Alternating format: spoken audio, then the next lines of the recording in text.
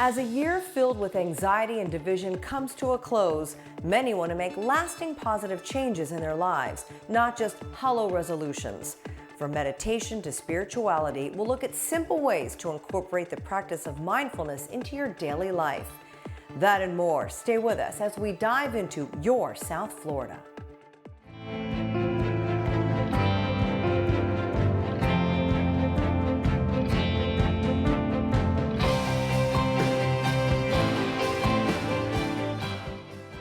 Hi, I'm Pam Giganti. Welcome to your South Florida. It's that time of year again where many of us take stock of our lives and decide to make personal changes for a fresh start in the new year.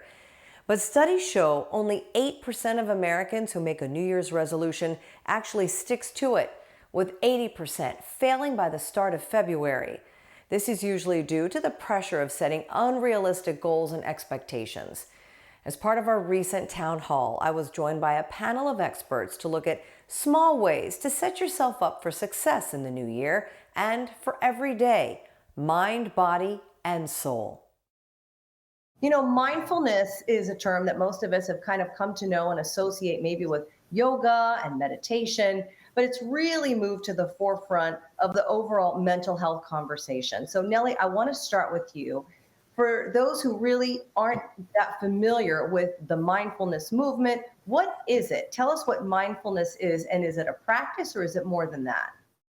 I like to describe it as a practice, a state, and a trait, right? So the practice of mindfulness is the practice of being aware in the present moment intentionally, and with an attitude of non-judgment, curiosity, openness, and a kind of gentleness of spirit as well. And that definition is a definition that I use a lot. John Kabat-Zinn, who's one of the American godfathers, if you will, of mindfulness, uses that definition, and there are like three components in there. There's the awareness, right? The attention, which is kind of like the attention of the mind, and then the intention of the heart, of how we are being aware in this moment. What is the intention that I'm holding in the present moment? And the attitude that I'm bringing, right? The mindfulness attitude. It could be openness, it could be curiosity. There's several mindfulness attitudes. So it is a practice. It's a practices that we do to cultivate that state of awareness.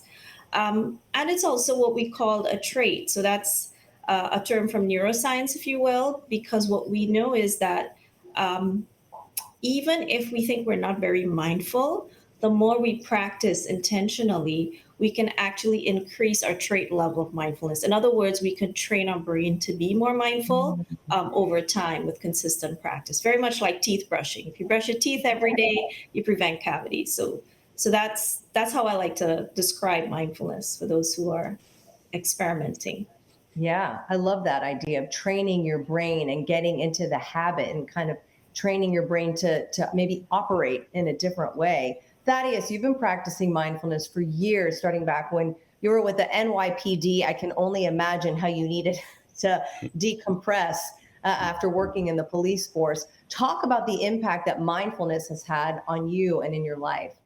Yes, I've had the experience, that joy and exuberance of being in a space where I can give from abundance and from overflow of positive energy and from a peaceful mind and body with self compassion and compassion that extends to others, circles family, friends, and community. But I've had that interrupted too. I've had the loss of that peace, the loss of that sense of well being, compassion for self, and distancing from others. So when I'm in a place of peace and composure and I experience life where I can be of service and I have a peaceful contribution to the people around me. So starting in the NYPD, it really challenged me.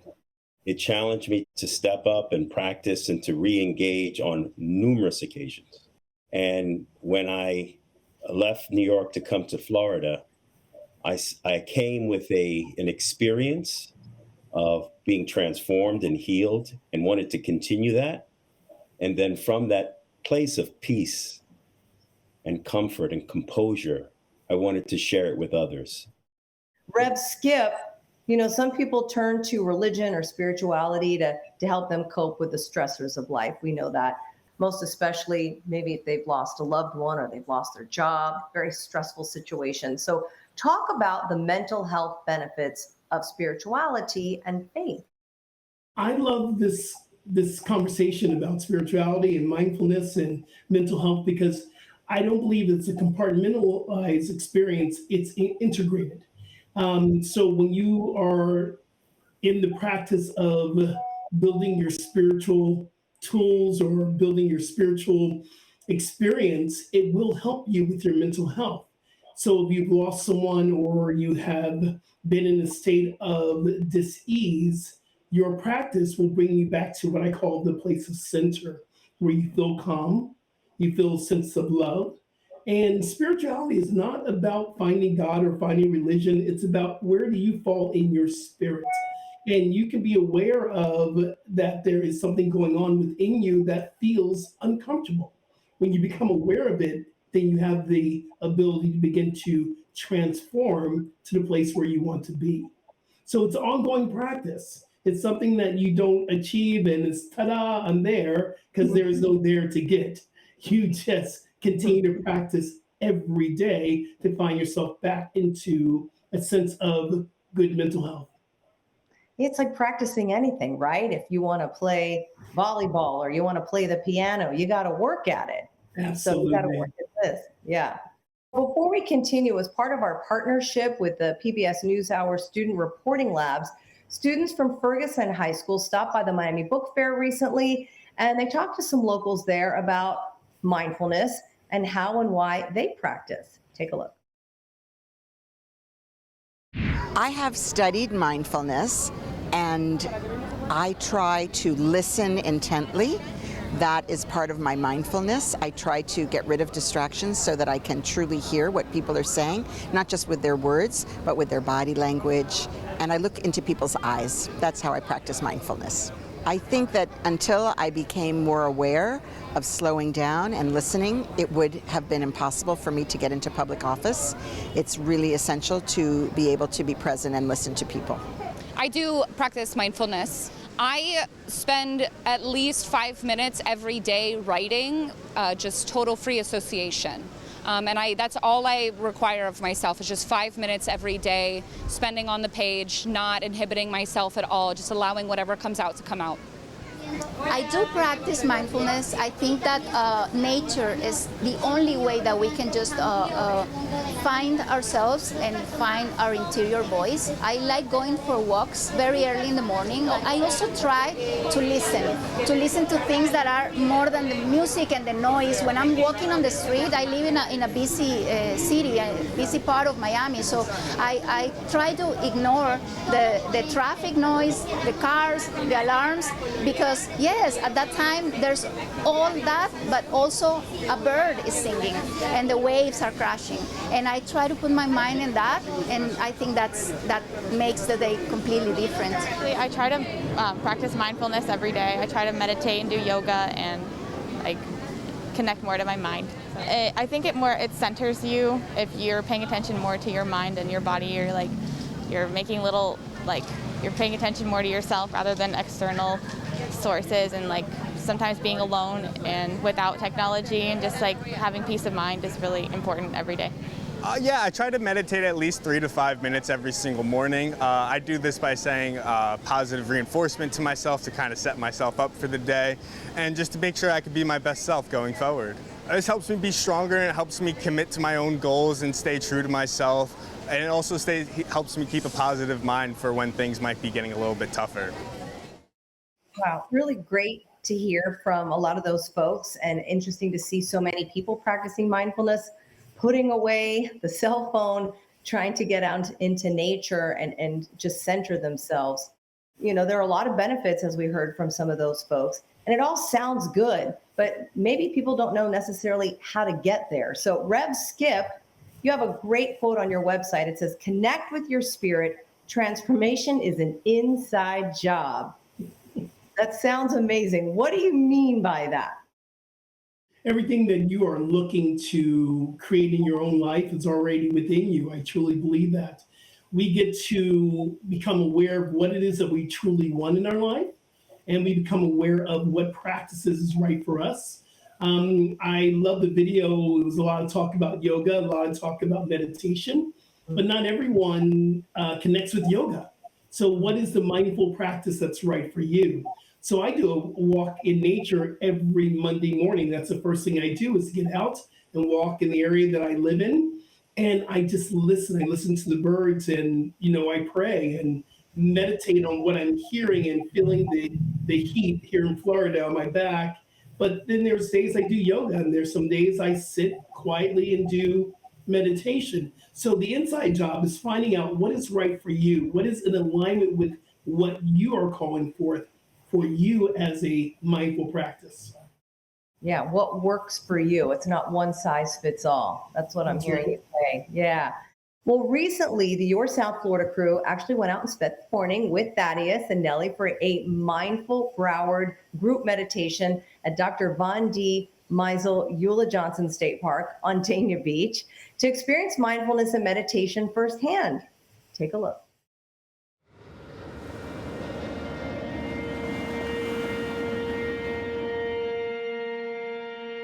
Part of my role with Diversity Aquatics Community Engagement and Programming Director is to create partnerships with organizations and individuals to bring people to the water. And part of my deeper role is to see the water as a healing space.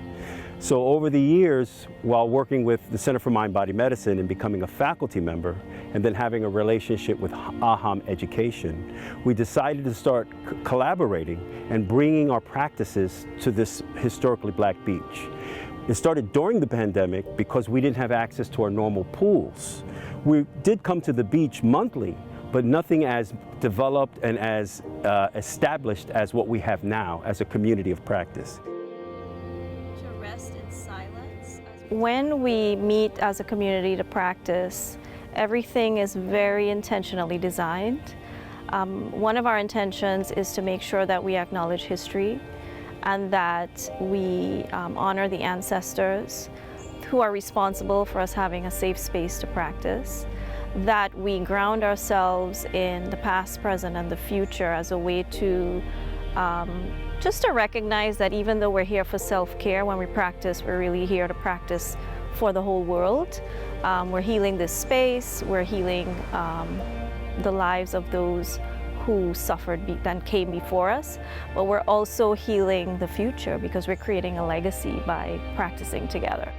We intentionally wanted a space that would allow us to move through different pieces. So the land acknowledgement we do on the bridge, because the bridge is a symbol of connecting the past with the present and of projecting our practice of healing now into the future. And then we do a practice called mindful walking. The mindful walking is a practice that we do in silence, and it really helps us to connect to nature through our senses. It also is a way to continue what we started in on the bridge with the land acknowledgement, which is to ground our hearts and our minds in the present moment. Many people come here with all kinds of anxieties. So the mindful walk is really a way to ground and to prepare for the practice. Then once we get to our practice location, which again was very intentionally chosen, we sit or stand in a circle and we do a combination of mindful movement, and then we do a meditation practice. Many of our members look forward to this weekly reset, this opportunity to come back together as a community to express something that's still going on or something new, and be able to walk away and feel restored and reset to take the challenges that the week ahead they may be facing, or the collective challenges that are still unrelenting. We're still within certain climates where there's distress, upset, losses collectively. And I'd like you to put in your mind, as we start, the image of a match. Teaching during the pandemic has been something that has been a bit of a struggle, not because, I don't understand the technology or I don't love the students, but just because we just see so much of the trauma affecting our students. And I was experiencing what's called secondary trauma. Because of that, I was feeling burnt out, feeling that, maybe this is my last year. I was just looking for some way to feel a sense of healing and a sense of replenishment and rejuvenation. So what the practices did is they allowed me to build a sense of resilience with myself. So no matter what's going on around me, no matter what the children are experiencing personally, and of course something I take on, I still have the capacity and the strength to continue.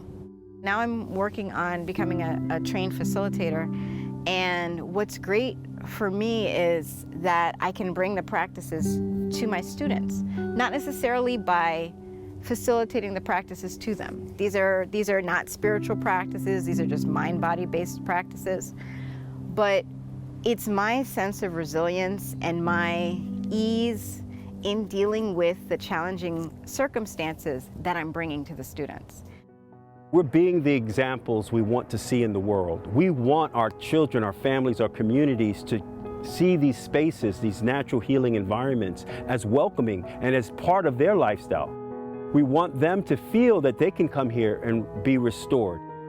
What we are doing is creating a safe space and a brave space where we can practice together, share, witness our own suffering, and at the same time heal from our suffering, but recognizing that there's something very powerful about practicing in community that keeps us going, but also keeps the legacy of this movement going.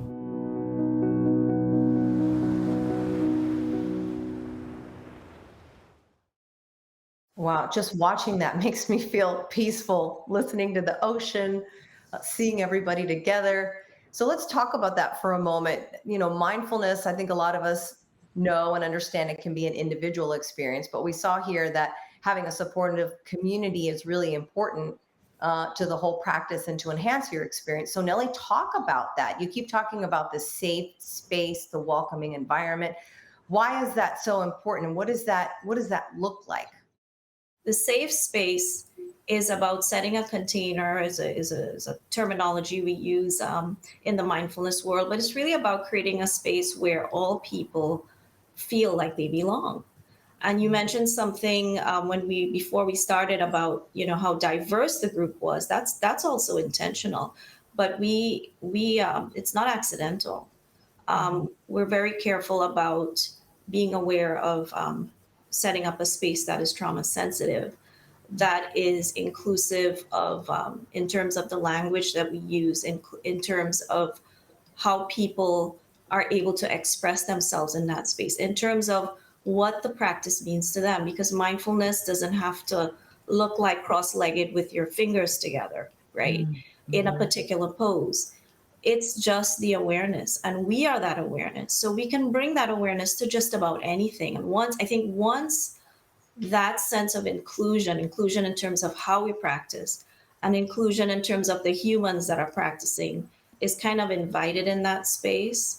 And I think intuitively as humans, once we connect in that way, we're able to do that. Then people can have their own experience in community, and at the same time have a community experience that we can all feel and sense even when we're together. Rev Skip, many people feel lost and alone during the holidays, at the beginning of the year. There's been so much uncertainty, as we know, with COVID. So let's talk about spirituality and religion. Many people are connected to a church or they go to a temple, which can help. So what is your advice to those who are longing for, and we've been talking about this, connection with others and maybe to connection with faith? Sure. So first of all, Knellee and Thaddeus, the work you're doing, it's incredible. And going back to the beach in a group, in a community, that's what it's all about. That's what we do at CSL for Lauderdale. We come together as a community every Sunday, and we meditate together, we pray together, we sing together, we love together, because that is how we are meant to be. So I'm very fortunate to be a part of a center that truly believes how important it is for us to have a family, have connection. And one of the first books I've ever, read about mindfulness was Thich Nhat Hanh's The Miracle of Mindfulness. And he talks about walking meditation, walking in a group of people together as one. This idea of the oneness that we move together, we live together, we breathe together. That is our natural DNA. That is our state of being. And we were not meant to isolate, although we had the opportunity to isolate during this pandemic, to really go within, to really connect with who we really are, so that when we emerge from this pandemic, we're able to now serve. How can I serve the greater community? So I believe all this is in a divine order. It's in a plan. And I believe that we can all find our way of finding our community again, and how we can show up in our community for the benefits for all people. Yeah. Thaddeus, I promised you at the top of the program when you mentioned that you were a swim instructor that we were going to get to that. So we know you're active. You talked about being an athlete. You're a triathlete. You scuba dive. You believe mindfulness and physical health really go hand in hand. So talk to us about the idea behind the creation of Blue Mindfulness. What is that? There's a science called the Blue Mind, and it talks about how the body and the mind and the spirit can be connected to the water in a way that show measurable results. And when I first came to Florida, I was as a triathlete and a swimmer and a runner, I could push through pain. And I've experienced that pushing through to develop toughness. But then I've also experienced, when I added mindfulness, I've experienced the joy of this, the workout, the inspiration of the workout. It wasn't devoid of some kind of pain, but it felt more like discomfort. I embraced the pain. And so I brought an awareness to what I was doing. Instead of thinking I want to be over with this workout, I didn't want to be anywhere else but where I was in that moment with the experience of if it was discomfort, but then it actually was rewarding. It was a level of reward. But then I also found out that just because I could handle toughness, that some of my students could not, if they had anxiety, stress, trauma, and especially those related to water. And some of that was generational and historic. It wasn't, they were not even conscious of the source of why they were so anxious around water.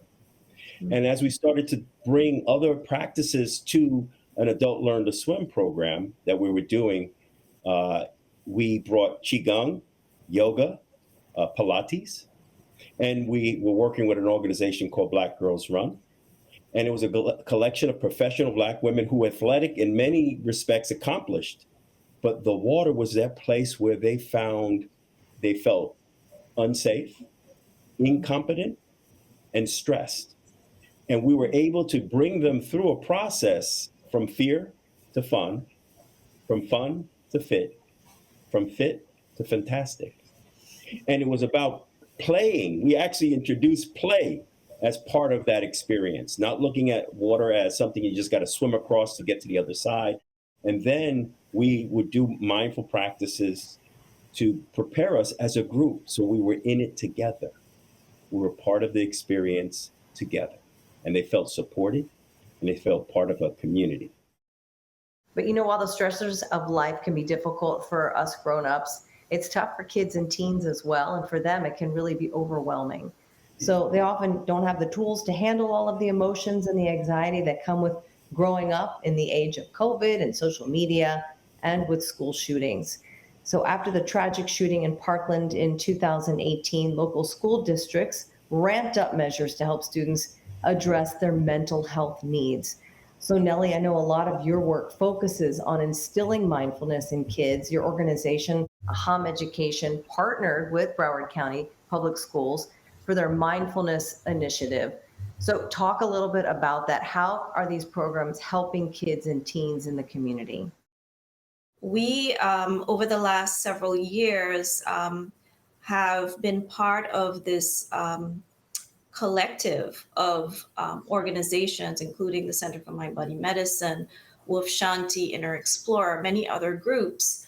And together, collaboratively, we've helped the school district develop their Mindfulness Initiative, where educators are trained to first embody the practice. So in the video, you saw the young lady talking about the way in which she shows up in the classroom. So that's the first layer. How am I in relationship to myself? Am I showing up stressed? Am I aware? Am I vulnerable? Am I taking care of myself? Am I present? The philosophy is all adults in the building need to be in some way aware of the intention to be mindful and to learn how to practice. The second component is providing direct instruction to young people, giving them an opportunity to practice every day. What I'm really proud to say is that the Broward County School District has decided to have a 10-minute mindfulness mandate so that every day, every child is exposed to mindfulness for 10 minutes a day. It's a work in progress, but it's an amazing initiative. And then there's this other piece that is around parent and community engagement, because, it's great to practice within the school day, but what's happening when children go home? In many cases, children are now teaching their parents to practice mindfulness.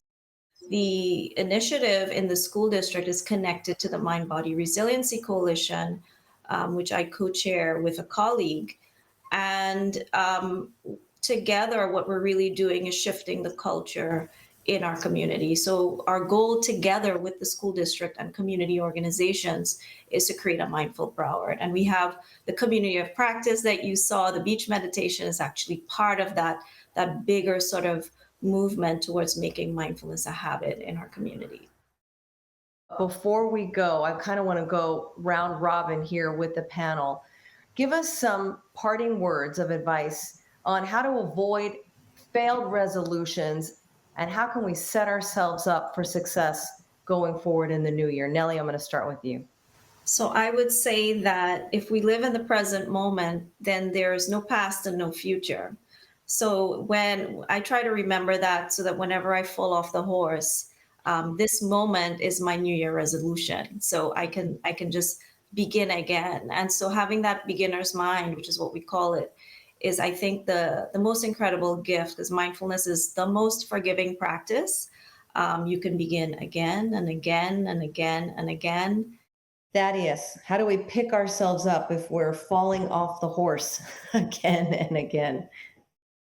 Well, to make it very inclusive of the people in your lives, to let them know that what you're up to, and to engage and to have their support in the journey and their enthusiasm about whatever you might be up to, whatever you say you want to accomplish, and understand that it begins today, and you can take small steps, starting today. You don't have to wait. You can start building that momentum. So by the time the new year is here, you're already starting to sail through and have that kind of routine in place.